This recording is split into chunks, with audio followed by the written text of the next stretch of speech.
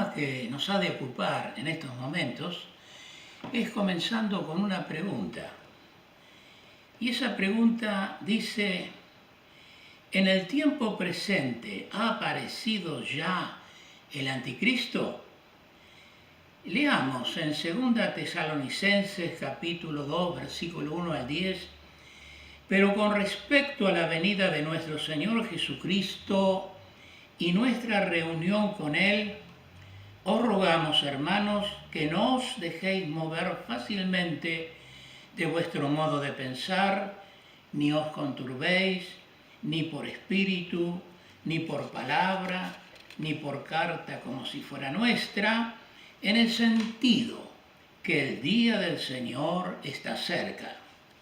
Nadie os engañe de ninguna manera, porque no vendrá sin que antes venga la apostasía y se manifieste el hombre de pecado, el hijo de perdición, el cual se opone y se levanta contra todo lo que se llama Dios o es objeto de culto, tanto que se siente en el templo de Dios como Dios, haciéndose pasar por Dios.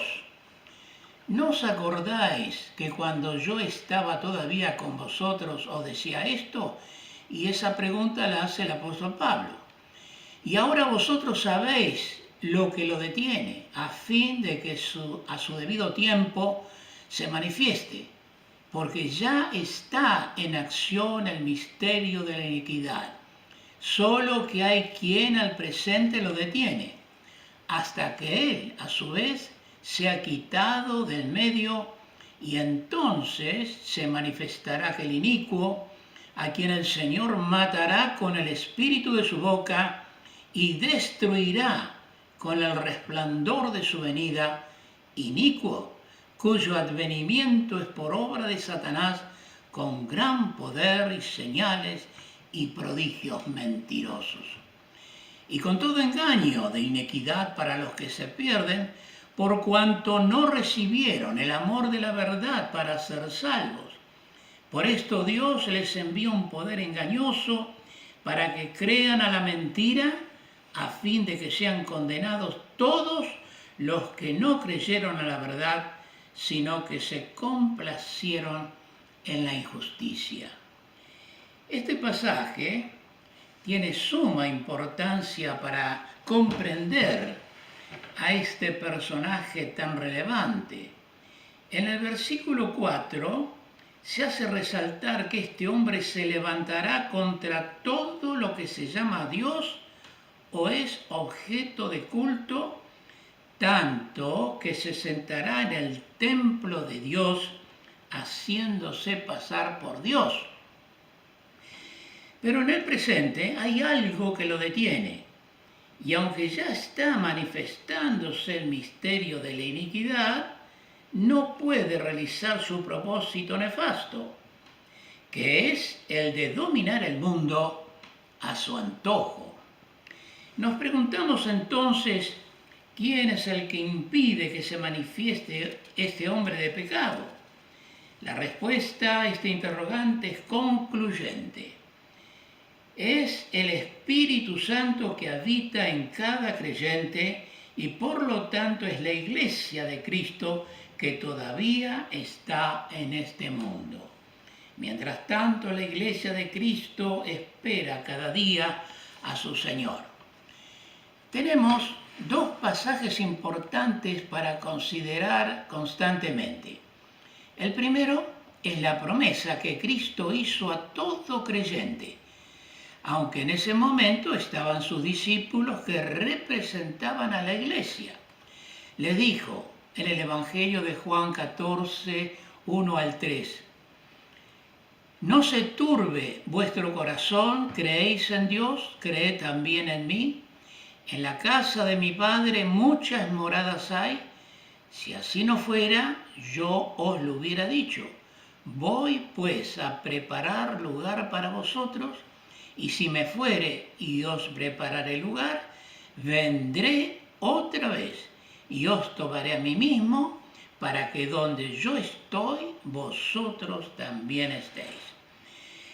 Y el segundo pasaje se encuentra en 1 Tesalonicenses 4, 14, 17, que muchas veces hemos mencionado, que dice, porque si creemos que Jesús murió y resucitó, así también traerá Dios con Jesús a los que durmieron en él, por lo cual os decimos esto en palabra del Señor, que nosotros que vivimos, que habremos quedado hasta la venida del Señor, no precederemos a los que durmieron. Porque el Señor mismo, con voz de mando, con voz de arcángel y con trompeta de Dios, descenderá del cielo, y los muertos en Cristo resucitarán primero. Luego nosotros, los que vivimos, los que hayamos quedado, seremos arrebatados juntamente con ellos en las nubes para recibir al Señor en el aire, y así estaremos siempre con el Señor. Cuando la iglesia sea arrebatada, se inicia la gran tribulación. Esta durará 7 años. Sin embargo, hasta los 3 años y medio primeros, vamos a encontrar que allí va a desarrollar una acción el anticristo. Aparecerá el anticristo, o sea, la bestia, pero lo hará de una manera especial. En Apocalipsis capítulo 6, versículo 1 y 2 leemos, vi cuando el Cordero, o sea, Cristo, abrió uno de los sellos y oí a uno de los 4 seres vivientes decir, como con voz de trueno, ven y mira.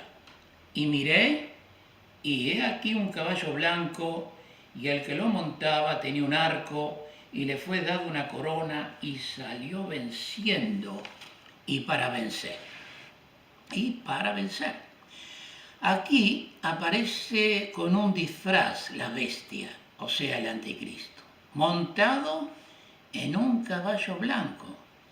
Y se evidencia con claridad meridiana que se trata de una imitación, porque en Apocalipsis capítulo 19, versículo 11 al 16 leemos, entonces vi el cielo abierto, y aquí un caballo blanco, y el que lo montaba se llamaba Fiel y Verdadero, y con justicia juzga y pelea.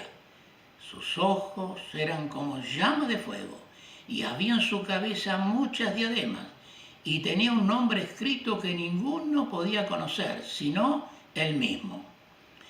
Estaba vestido de una ropa teñida en sangre, y su nombre es el Verbo de Dios.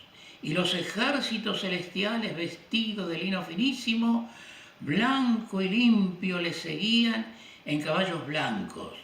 De su boca sale una espada aguda, para herir con ella a las naciones, y él las regirá con vara de hierro. Y él pisa el lagar del fino del furor y de la ira del Dios Todopoderoso, y en su vestidura y en su muslo tiene escrito este nombre, Rey de Reyes y Señor de Señores. Hablando de la bestia, podemos decir que es la resurrección del Imperio Romano. El capítulo 13 del Apocalipsis nos describe a este hombre que es la cabeza de este imperio. En el Antiguo Testamento, en el libro de Daniel capítulo 7, versículo 26, menciona nuevamente este reino. Y luego, al pasar al Nuevo Testamento, en Apocalipsis 13, nuevamente nos habla en el versículo 1 de la bestia que sale del mar, o sea, de todas las naciones, y que era semejante a un leopardo, y sus pies de oso, y su boca como boca de león, y el dragón, o sea, Satanás, le dio su poder y su trono y grande autoridad. Pero también se nos habla de otra bestia que subía de la tierra. Y esto nos habla de la tierra de Israel, o sea, Palestina. Y esto significa simplemente que será esta segunda bestia un judío, y que hará señales muy grandes, de manera que hará descender fuego a la tierra delante de los hombres. ¿Para qué? Para que adoren al anticristo. El anticristo, propiamente dicho, será alguien que obrará con mucha astucia y que usará estrategias políticas para ganar a mucha gente. Al principio proclamará la paz para todas las naciones, pero luego, cuando tenga el poder político, militar y estratégico, mostrará sus verdaderos propósitos, que son de destrucción. El anticristo, o la bestia, que será el resurgimiento del Imperio Romano, tendrá potencias mundiales que se alinearán contra él. La primera potencia que se colocará en orden de batalla contra la autoridad de la bestia será la Confederación del Norte, cuya cabeza será Rusia.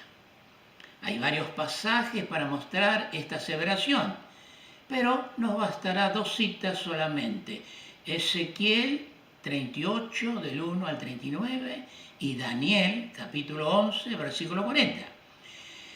Fue predicho que aliados de Rusia habrá muchos pueblos, pero no solamente Rusia estará contra el anticristo, sino que su propósito también será destruir a Israel. El capítulo 38 y 39 de Ezequiel, que ya hemos mencionado, se nos describe por esta razón que Dios destruirá a Rusia y a sus aliados. Leemos en Ezequiel 38, 22, que se refiere a Rusia y sus aliados. Leemos el pasaje, dice Dios: y yo litigaré contra él con pestilencia y con sangre, y haré llover sobre él, sobre sus tropas y sobre los muchos pueblos que están con él, impetuosa lluvia y piedras de granizo, fuego y azufre. Y seré engrandecido y santificado, y seré conocido ante los ojos de muchas naciones, y sabrán que yo soy Jehová Dios. Así que el anticristo tiene un enemigo menos, porque Dios mismo lo destruyó. La segunda grande fuerza opositora gentil será aquella que se compondrá de la coalición de naciones de Asia, llamada los Reyes del Oriente. Y la tercera potencia que entrará en conflicto con el Imperio Romano es el Rey del Sur, que será destruido por el anticristo. Cuando el anticristo y los reyes del Oriente se encuentren para la última batalla entre sí, aparecerá Cristo en escena.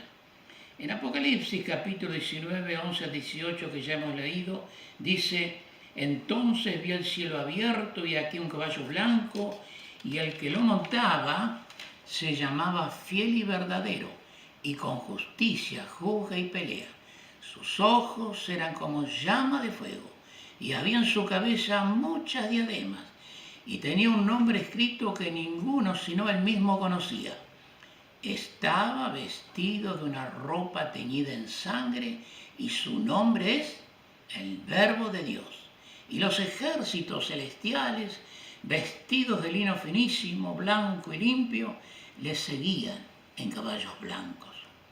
De su boca sale una espada aguda para herir con ella las naciones, y él las regirá con vara de hierro.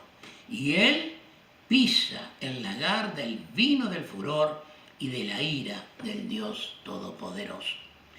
Y por último, cuando el Señor destruya todas las naciones que han peleado contra la nación de Israel, se presentará a su pueblo, y estos israelitas quedarán asombrados al verle. ¿Por qué? En Zacarías capítulo 13, versículo 6 leemos: y le preguntarán: ¿qué heridas son estas en tus manos? Y él responderá: con ellas fui herido en casa de mis amigos. Entonces, cuando él les responde de esta manera, se cumplirá lo que dice en Zacarías capítulo 12, versículo 10: y derramaré sobre la casa de David y sobre los moradores de Jerusalén espíritu de gracia y de oración, y mirarán a mí, a quien traspasaron, y llorarán como se llora por hijo unigénito, afligiéndose por él como quien se aflige por el primogénito. Así que en aquel día habrá gran llanto en Jerusalén, en todas las tribus de Israel, porque se arrepentirán de sus pecados y recibirán a su Mesías Salvador que estaban esperando. Y se cumplirá plenamente lo que dice en Romanos capítulo 11, versículo 26. Y luego todo Israel será salvo, como está escrito: vendrá de Sión el libertador que apartará de Jacob la impiedad. Gracias sean dadas a nuestro Dios Salvador por sus misericordias. Les agradecemos por ver y oír este video y les decimos hasta la próxima. Suscríbase y que nuestro Dios les bendiga grandemente. Amén.